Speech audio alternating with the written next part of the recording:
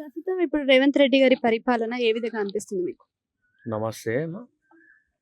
ఇప్పుడు నీళ్లు, నిధులు, నియామకాలు అనే ట్యాగ్ లైన్ మీద తెలంగాణ రాష్ట్రాన్ని సాధించుకున్నాము. హ్మ్. ఎన్నో పోరాటాలు చేసి సాధించుకున్న ఈ తెలంగాణ రాష్ట్రంలో మొదటగా 2 సార్లు కేసీఆర్ గారికి అవకాశం ఇవ్వడం జరిగింది. హ్మ్. ఆ తర్వాత కేసీఆర్ గారు ఏవైతే ఈ ట్యాగ్ లైన్ ఉందో దాన్ని తుంగలో తొక్కి ఆయన తన కుటుంబం కోసం బంగారు కుటుంబం, బంగారు తెలంగాణను చేస్తా అని చెప్పి బంగారు కుటుంబం చేసుకున్నాడు. ఇప్పుడు ఈరోజు లిక్కర్ కావచ్చు, శాండ్ కావచ్చు, ల్యాండ్ కావచ్చు, అన్ని విధాలుగా తెలంగాణ అనేది ధ్వంసమైపోయింది. హ్మ్. ఆ తర్వాత ఒక ప్రత్యామ్నాయం లేక ఈరోజు ఒక మంచి మెజారిటీతో ఈరోజు కాంగ్రెస్ గవర్నమెంట్ని ఈరోజు ప్రజలు ఎన్నుకున్నారు. హ్మ్. ప్రజలు ఎన్నుకున్న ఈ కాంగ్రెస్ ప్రభుత్వం కూడా ఏం చేస్తుందంటే ఏం లేదు, నీళ్లు, నిధులు, నియామకాలు అనే ట్యాగ్ లైన్ అలా చెప్పుకోవడానికే ఉపయోగపడుతుంది తప్పితే మనకు ఈరోజు ఏది మనం ఫుల్ఫిల్ చేసుకోలేకపోతున్నాం. హ్మ్. ఈరోజు యూనివర్సిటీలలో పరిస్థితి కావచ్చు, విద్యా వ్యవస్థ కావచ్చు, ఎక్కడి గొంగడి అక్కడే అన్నట్టుగా ఈరోజు ఒక నోటిఫికేషన్ కూడా ఇవ్వని పరిస్థితి. గతంలో ఏదైతే నోటిఫికేషన్ ఇచ్చుకున్నారో ఆ నోటిఫికేషను కొన్ని ఏదో ఫిలప్ చేసుకొని మేము ఫిలప్ చేసుకున్నాం అనేసి చెప్పుకుంటున్నారు.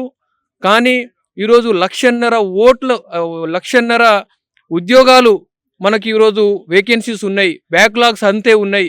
యూనివర్సిటీలలో ప్రొఫెసర్లు, అసిస్టెంట్ ప్రొఫెసర్లు, ఒక్కొక్క డిపార్ట్మెంట్లో అసలు ప్రొఫెసర్లు లేని పరిస్థితులలో ఈరోజు యూనివర్సిటీ డిపార్ట్మెంట్స్ ఇలా నడుస్తూ ఉన్నది. ఇంకా మీరు ఏం చేస్తున్నట్టు? ఇంకా ఆల్రెడీ కొన్ని యూనివర్సిటీస్ ఉన్నాయి, మనకు గిరిజన యూనివర్సిటీ లాంటి యూనివర్సిటీస్ ఉంది. అటువంటి యూనివర్సిటీలలో అసలు ప్రొఫెసర్స్ కానీ, టీచింగ్ స్టాఫ్ కానీ, నాన్ టీచింగ్ కానీ ఎవరూ లేరు. హ్మ్. దాన్ని ఇప్పుడు మీరు అది సెంట్రల్ గవర్నమెంట్కి వెళ్ళేసి మీకు ఏవైతే అవసరమో వాటి గురించి మాట్లాడుకోవడం తప్పితే ఆల్రెడీ ఉన్న విద్యా వ్యవస్థను ఏ విధంగా చక్కదిద్దుకోవాలనేది చేయలేకపోతున్నారు. హ్మ్. కాబట్టి మేము రేవంత్ రెడ్డి గారిని, ముఖ్యమంత్రి గారిని ఒకటే మేము కోరుకుంటా ఉన్నాము. గతంలో ఏ విధంగా అయితే ఇష్టారాజ్యంగా కేసీఆర్ గారు ఏ విధంగా అయితే చేసిరో ఆ విధంగా కాకుండా ఈరోజు బళ్ళు ఉన్నాయి, యూనివర్సిటీస్ ఉన్నాయి, కాలేజెస్ ఉన్నాయి, వ్యవసాయం ఉంది. అవన్నీ ప్రతి ఒక్క దాన్ని కూడా మీరు తూచా తప్పకుండా దాని మీద సమీక్ష చేసి ఇమీడియట్గా యుద్ధ ప్రాతిపదికన యూనివర్సిటీలలో పోస్టులు భర్తీ చేయాలి, మెగా డిఎస్సిని ఇమీడియట్గా ప్రకటించాలనేసి మేము కోరుకుంటా ఉన్నాం. మెగా డిఎస్సీని ఇప్పుడు పొడిగించాలి అని కోరుతున్నారు కదా! మరి విద్యార్థులు దాని గురించి పోరాటాలు కూడా చేస్తున్నారు కదా! మరి దానికి గల కారణాలు ఏమై ఉంటాయి? కారణాలు పొడిగించాలనేది ఏం లేదు. గతంలో ఇప్పుడు ఏవైతే విషయాలు జరిగినాయో వాటన్నిటి మీద కూలంకషం ఇంకా చాలామంది అప్లై చేసుకునే వాళ్ళు ఉన్నారు. కొన్ని నిబంధనలు చాలా ఉన్నాయి. అది పెద్ద సబ్జెక్ట్ అది. సో అవన్నిటి కాకుండా ఒక ఫ్రెష్‌గా ఒక నోటిఫికేషన్ ఇస్తే అందరికీ ఉపయోగపడే విధంగా ఉంటుంది.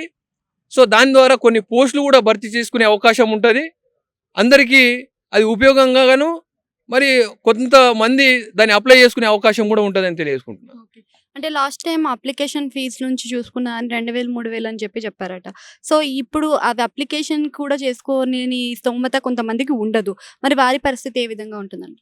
సో అది గవర్నమెంట్ ఈ అన్ని విషయాల్లో కూడా డెసిషన్ తీసుకొని కూలంకషంగా వాటి మీద ఒక సబ్జెక్ట్ మీద పూర్తి అవగాహనతో మళ్ళొకసారి పొడిగించి మళ్ళీ ఫ్రెష్గా నోటిఫికేషన్ ఇస్తే అందరికి అవకాశం ఇచ్చినట్టు ఉంటుంది అనేసి నేను తెలియజేసుకుంటున్నాను. అంటే ప్రభుత్వం ఫామ్ అయిన కొత్తలో మనకి ఏదైతే కాంగ్రెస్ పార్టీ వచ్చిందో అప్పటి నుంచి కూడా చూసుకున్నట్టయితే ప్రజా దర్బార్ అని ప్రజల సమస్యలు నేరుగా ప్రకటించుకోవచ్చు, చెప్పుకోవచ్చు అని చెప్పుకున్నారు. సో ఇప్పుడు ఆ ప్రజా దర్బార్ అనేది మనకి కనిపించడం లేదు. దీనికి రీజన్స్ ఏంటి అంటారు?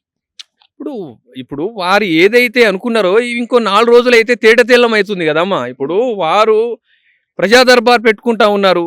ప్రజా దర్బార్ ఏ విధంగా పారదర్శకంగా ఉంది, ఏ విధంగా దాన్ని ఇంప్లిమెంట్ చేస్తూ ఉన్నారు, ఏ విధంగా ప్రజల సమస్యలు తీరుతా ఉన్నాయి అనేది ప్రజలే చెప్తారు 4 రోజులలో.